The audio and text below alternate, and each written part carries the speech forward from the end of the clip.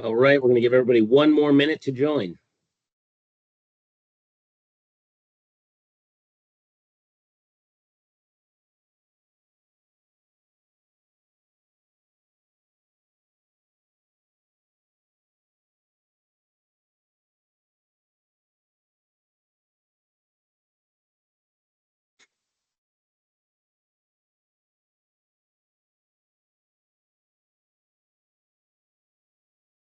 Just a few more seconds to join us, and then we'll get started.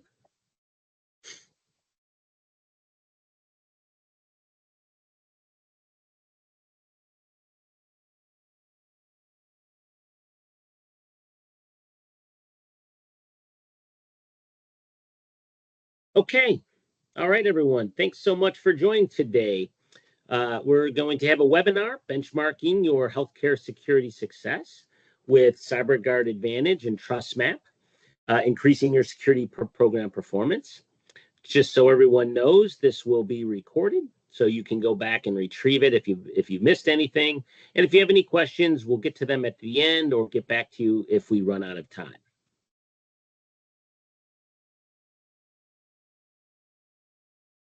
All right, benchmarking is one of the data points of performance that allows us to keep checks and balances against the amount of money we're spending, the level of maturity we wish to achieve, and the justification for the advancement of our security program. A benchmark, what's also great about it is it can also provide a level of security. And as the saying goes, I don't have to be faster than the bear, I just have to be faster than you. So for today's agenda, we're going to talk about the webinar is especially relevant because of the new HIPAA updates and what's happened just recently around that, the greatest area of needs, what we're seeing, the breach data that's available, some of the frameworks, and then from there, we'll dive headfirst into benchmarking for the success, for your success of your security program and how to compare against your industry peers. My name is Stephen Marshowitz. I'm the VP of Sales and Marketing here at CyberGuard Advantage. It's my pleasure to introduce Sajeev Prelis and Chad Beckman. Sajeev, start us off and give us a little overview about yourself. Sure, thanks, Stephen. So Sajeev Prelis, EVP, one of the EVPs at CyberGuard Advantage. Been in the IT audit and IT consulting space for over 20 years.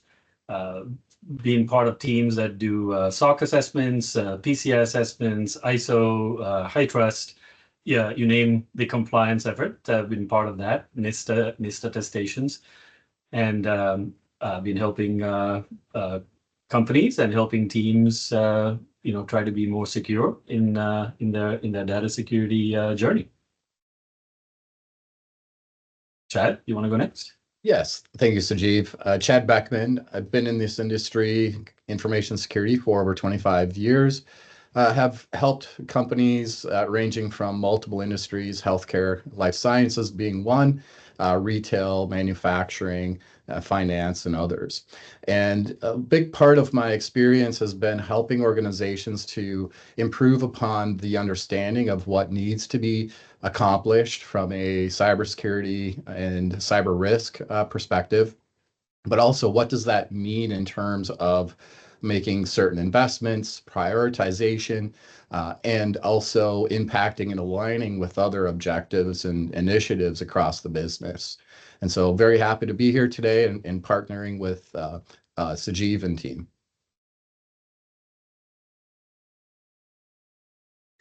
Okay, Sajeev, start us off with the changes proposed for HIPAA. Sure. So, we are talking about healthcare here, data security as a whole, but healthcare specifically. So can't ignore the news that came just a little while ago. So the NPRM, information that we got.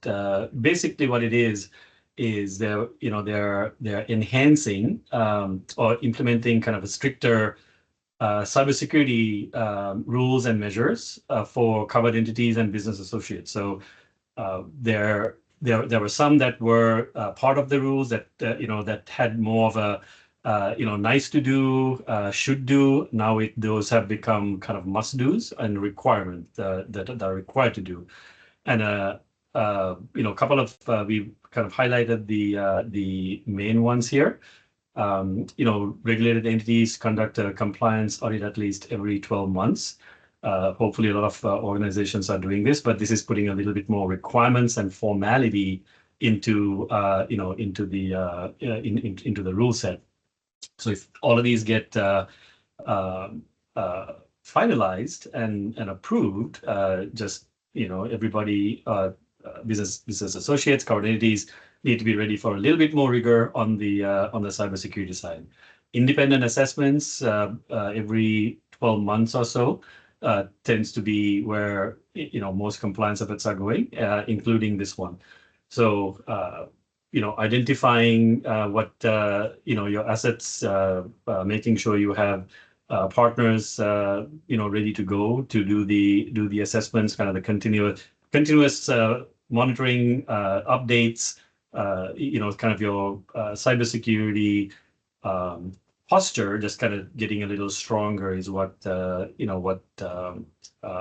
this is all about. And then also kind of the granularity and how you conduct things, the risk assessments, the risk analysis, a little bit more detail is what they seem to be looking for. So this is nothing new for everybody in the field. This is just where things are going. Things are getting just a little bit more detailed, a little bit more granular. Customers are wanting a little bit more.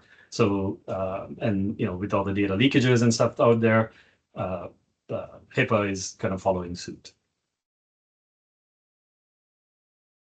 So just that we couldn't go without mentioning that. Yeah, so take us through a little bit about benchmarking, just in general. Why are people doing it? Why is it so important? And what are you seeing sort of in the industry in and around it? Start with you, Sajeev, and then touch on with Chad. Yeah, so benchmarking, I mean, it has been there for a while. It's there's two avenues that we see clients doing. Generally, it's benchmarking, to a compliance framework. Hey, this is what we do. We'll touch on that next, but our foundation is based on NIST CSF, for instance. Let's say the kind of the goldish standard, or some organizations go NIST 853, ASR 171, just something to need something bigger. So that's benchmarking to a framework. And that's kind of been the most of what a lot of companies do is, yeah, hey, we have all these compliance efforts. We do SOC, we do ISO, we do HITRUST. Our foundation is based on NIST is kind of what what a lot of companies do. And then the next step is to benchmark against industry peers. So if you're a SaaS solution providing services to healthcare, your industry peer group, you're still in the same industry, healthcare, but the group may be a little different. So what are the other organizations doing? So that is kind of the next step, and that's what we are going to be talking about, because we looking at your posture, making sure your security posture is right. Am I doing the right level of what I need to be doing for my industry, for where we are today? Those are all questions that are harder to answer and harder to report to a board. So industry benchmarking tends to help with that, as we'll talk through. And I'll let Chad jump in here as well before we go through each one of these things a little bit in detail. Yeah, thank you, Sajeev. So everything that Sajeev said is spot on. I would also add too that if you are fairly new in leading a security program, one of the key tasks that is really important is to benchmark your security program in those first 90 to 120 days. And the reason for that is so you really are taking a temperature, if you will, and to make sure, that even data that may have been shared with you from your predecessor or historically from other assessments, that you have a fresh perspective and you can also validate the information that you have from the past. In addition to that, a big part of establishing a benchmark against a framework or other regulatory requirements that the business is truly held to is to then be able to tailor the security program roadmap, prioritize initiatives, and be able to effectively communicate what plans you have to accomplish in the next 3, 6, 9, 12 months, and obviously how that fits into the 3 to 5 year objectives. And so having benchmarking is really two views, right? It's one, benchmarking is we need to benchmark ourselves against a set of controls. And another view of benchmarking is how are we doing compared to our industry peers? So those are sort of two benchmark numbers that an organization should have available to them for taking the temperature of the security program in the business. Yeah, so by the numbers, if we look at benchmarking, we went ahead and ran a report in TrustMAPP looking at our healthcare life science industry. And what we found, looking at HIPAA specifically, where there are three control areas that were outperforming others over the previous 12 months, essentially calendar year 2024. And what we found is that everyone is doing unique user identification really well, which kind of relates to the second one, person or entity authentication, right? So identification and then secondarily authentication. And then the third is encryption and decryption, having those processes and the right technologies in place to protect that sensitive data, including authentication credentials for that matter. And then if we look at overall, from a maturity perspective, how is healthcare life sciences producing as an industry, irregardless of what control framework they're using? That score came up to be a 3.04 for calendar year 2024. Can use that information as necessary, and if anyone has interest in looking at other industry benchmarks, please reach out to the team at TrustMAPP.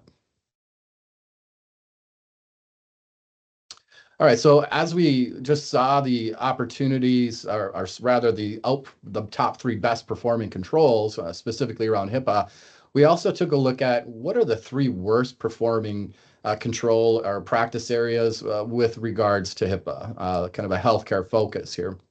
And those were all closely related as well. I would say most of these really, if you're familiar with the NIST CSF categories, would fall into the recoverability aspects here. So that being testing and revision procedures. The second being applications and data criticality analysis. That helps to really prioritize what's most important and least important in our applications or in our operations. And then also emergency mode operation plan, which is essentially being able to have a disaster recovery capability, business continuity, that also supports the continuation of operations due to an unforeseen circumstance causing availability issues of various categories. Could be a malware incident. It could be a more physical weather-related event that impacts availability of systems and data and so on. So being able to have those processes in place, sometimes these continuity and these procedures from a continuity perspective, availability perspective, specifically don't necessarily fall in security, but security certainly has a role in it, part of the HIPAA control testing, and being able to really support those capabilities, those strategies with other business teams, likely through IT and so forth, is critically important. Yeah, Chad, just one thing on that one. That's interesting data, because when you're looking at things like ransomware and things, you need a really robust DRBCP plan to kind of mitigate, a ransomware attack and, get systems up and running. So looking at the 3 here, the least performing, when DRBCP is there, that's not a good, omen or look for like the ransomware attacks that we see, happen all the time, right? So those are interesting data points. Any Yeah, thoughts on the commonalities between these? It's curious of why, you would think a hospital would have, probably most especially, a disaster recovery plan. That would be one of their most important things. Curious that absolutely. it's there. Yeah, absolutely, Stephen. So, there could be really a couple of reasons why these came up as the least performing. One being what I mentioned just a moment ago, where the information security, cybersecurity team doesn't necessarily have continuity of operations under their purview. In some organizations, they do. And a lot of healthcare organizations, they likely don't. They have another role that is separate of security and or IT oftentimes that is dedicated to the recovery operations. And so from that standpoint, we may not be getting the data from each customer in the healthcare that's measuring against HIPAA specifically. As a result, these controls are performing low. I think in addition to that, security is certainly a big part of assisting with especially recovery testing and also preventative controls to help prevent at least a digital availability risk. And they're perhaps not as knowledgeable of some of the current workflows, current processes that might be in place to prevent that. Based on what I mentioned earlier, that there are other leadership directors and certainly some in IT and certainly some outside of IT that look at both the physical continuity of the operations as well as the data continuity system availability. Now, if we kind of peel this back a layer and consider, going back, I don't know if people still subscribe to this CIA triad, right? Confidentiality, integrity, availability. Availability is certainly a cornerstone of the security and cyber risk management program. So it's important for people to understand what their capabilities really are in this area and participate in those exercises when they do occur.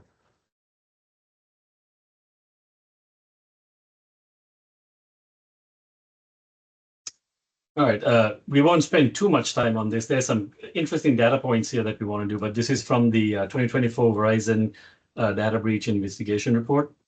I'm sure a lot of you have seen this. Eagerly wait for it to come out every year because it has some very, very interesting data and presented really well. So this is kind of the gold standard out there for any any breach report. But on the healthcare side, some interesting points. We all know that healthcare attacks are financially motivated. It is to the actors are looking for personal information, not your medical data. This is to get your PII, not necessarily that someone had X procedure performed, although that does happen for medical fraud and things like that. But it's really to steal personal information. And the interesting one was the miscellaneous errors. What they term as miscellaneous errors is the highest form of breach that happened in 2024. And that gets into the human error component. So sending the wrong mail, the physical mail that goes out, emails that go out. So it's the leaking of information accidentally, or in some cases purposely, leaking data out. So that was a interesting interesting data point, and that this is also not very surprising. But 70% of the threat actors behind data breaches were internal. So external was was only a few. The common thread here really is there is a lot of personal data in in healthcare. We're just not talking about hospitals or business associates. We are talking about SaaS providers that support healthcare. There's data all over the place. So leaking of that data is very prevalent, as you've seen in the news, and it's not getting any. And that's why we're talking about benchmarking and security posture in this presentation. some of the frameworks. So depending on, when we talk about benchmarking, there's benchmarking to industry, there's benchmarking to, framework. Because if somebody were to come and say, or if a breach were to happen, hopefully not, but if a breach were to happen and, the investigation happens, they'll say, okay, here's our compliance. We are high trust compliant. Here it is. But that's, not enough these days. Compliance is a minimum standard. It is not, secure. Just because you're compliant does not mean you're secure. I think everybody's heard that many times. So what we also look for is something more. So what framework is your security controls based on? So at the very top you have your CIS, your NIST, some sort of very robust framework that you can base on. There's other good frameworks out there as well, like PCI DSS, for instance. It doesn't deal with health information, but it's a really good foundation for data security, so that we see sometimes even organizations that need to be PCI compliant, they use that. ISO 27001, SOC 2, they all have pretty decent foundation for policies, procedures, but the controls framework and things really need to be enhanced more towards the NIST and the CIS side and the PCI DSS side to be useful for a fully integrated data security framework. We see a lot of hybrid. A lot of companies though, hey, we are based on NIST CSF plus PCI DSS, or some sort of hybrid model that suits them. But basic point is when you have your data security environment, you need to be able to articulate very clearly what that's based on. And we do see a lot of clients still, when we ask this question, that they're not able to say what the security controls framework is based on. So Chad, what are you seeing in the frameworks, in the performance or the benchmarking on these frameworks, NIST in particular? Mm-hmm. Yeah, so it's undoubtedly NIST CSF for the last 2 to 3 years being the most prominent. That's what we're seeing. But if you also look at other reports, I believe that even worldwide is the most adopted framework. And what we see in customers, oftentimes they have, HIPAA and they're doing high trust, PCI DSS because they do take payments. But their policies and what they manage their enterprise controls to oftentimes is NIST CSF, and we've seen a lot of adoption of going from NIST CSF 1.1 to now 2.0 over the last 12 months or so. And this screen here is an example of how to represent at an aggregated level. How are we doing with governance? Identify, protect, detect, respond, recover, all of these key categories, govern being, obviously the new category in NIST CSF 2.0. And in this case, the goal is far off to the right, and being able to just, communicate effectively where the security program controls are, and then having additional follow-up to show, if we're having to manage report against PCI, did we have any gaps or any findings from our attestation? Similar to HIPAA and or high trust, did we have any gaps, or do we have any areas to focus on? So being able to look, as Sajeev kind of put it out in that framework slide, being able to look at all the requirements the organization is managing to and reporting against, and articulating that in a clear, transparent, visual way to those that are really at an arm's length of the security performance, essentially. So yeah, and this is another example of the screenshot on the left of the screen, being able to look at multiple data points in a single view. Where is our maturity score today? That's the first dial you see in the upper left. Where's our industry benchmark? That's the second dial to the right. And then how are we performing across the various maturity levels, given all the controls we're managing? That is the top row right bar graph. And then we have business objectives. You can't really see that in the slide in the center. And then everybody's probably recognizes the risk heat map, looking at the quantity in each of those squares and how many risks we have that are, critical, high, medium, low, very low. And then the bottom lower right is the projects that are assigned to mitigate risks and or improve controls, and being able to look at the status of each of those, pending, open, and closed. And then the over to the right is a really interesting view. Again, small screenshot there, but one that gives you the ability to compare where we were 2 years ago, where we are this year, where we are planning to be next year. That's one use case. Another use case here is to look at how we've improved over the last 12, 18 months, whatever time frame is appropriate, and comparing also different groups or divisions that might be measured in an organization, right? And so there's a number of use cases here for comparative analysis, and this just gives you a visual of what that might look like.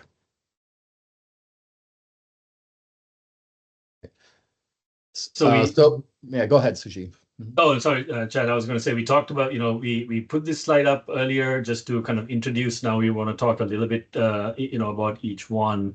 I mean, I think the benchmarking relates to, framework or framework plus industry, I think the articulation of that to kind of the board level, is always hard to do.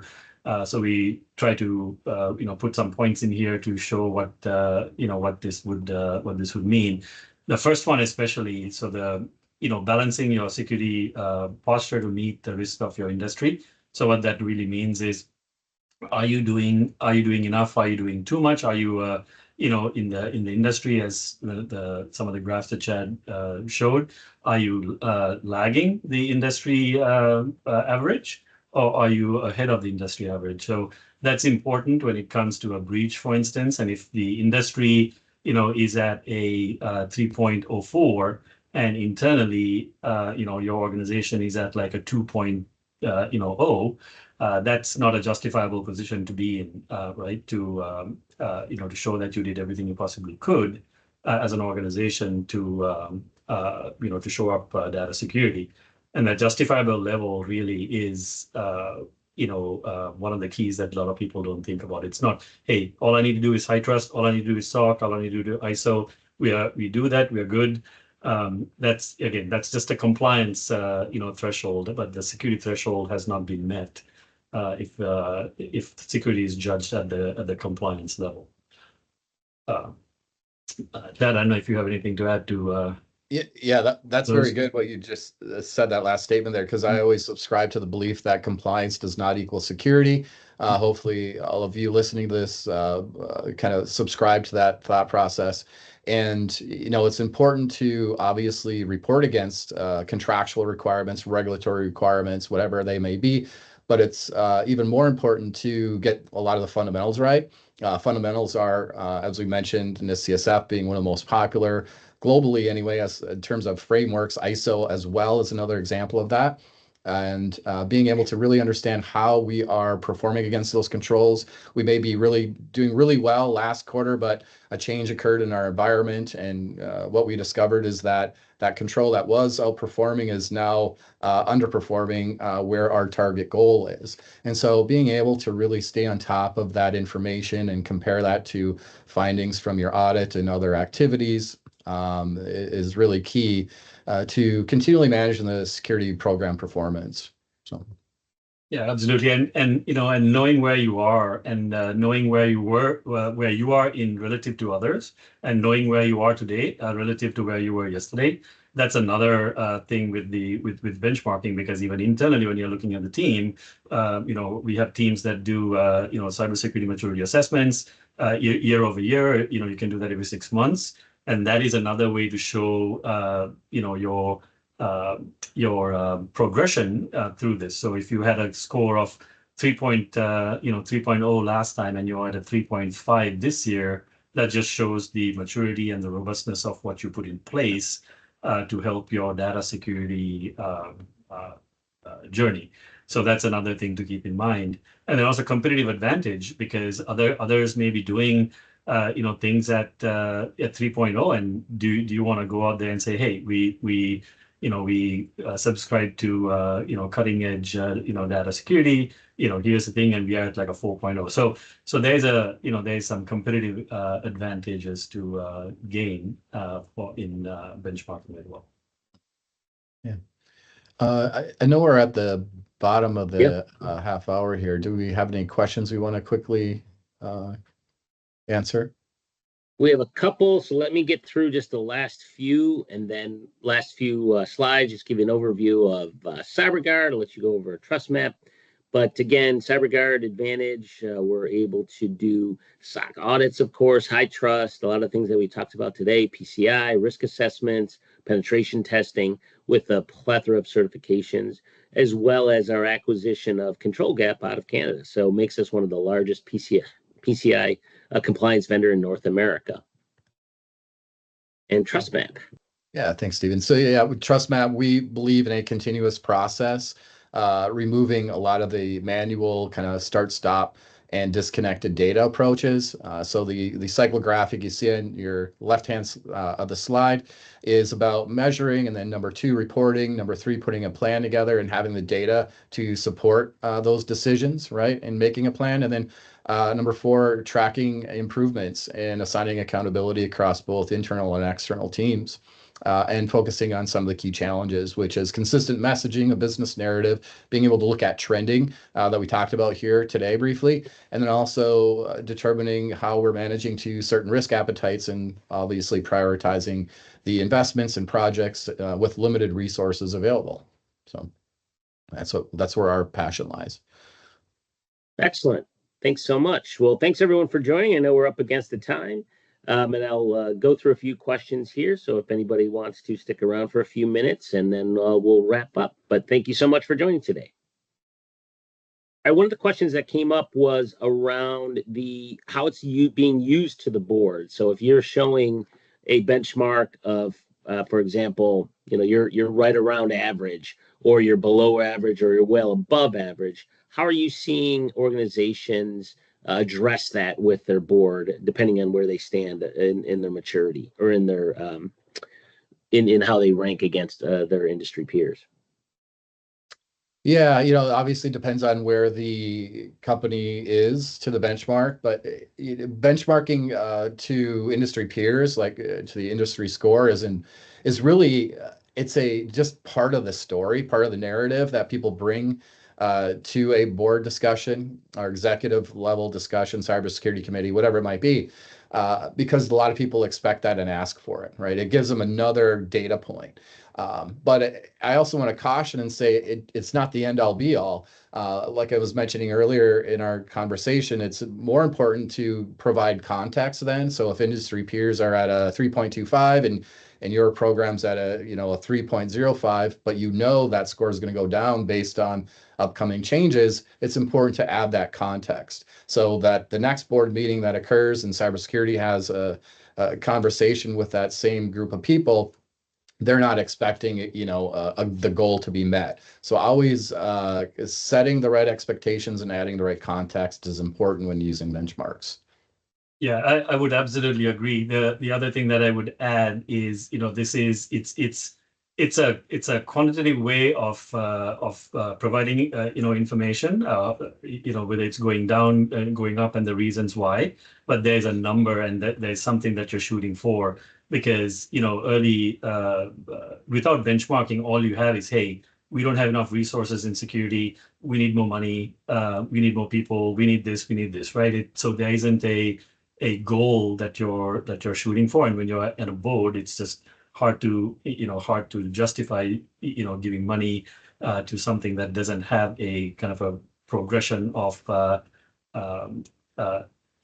show a number, right? We are going from, our plan is to go from 3.0 to 3.325 in the next year, and here's what we need and here's why.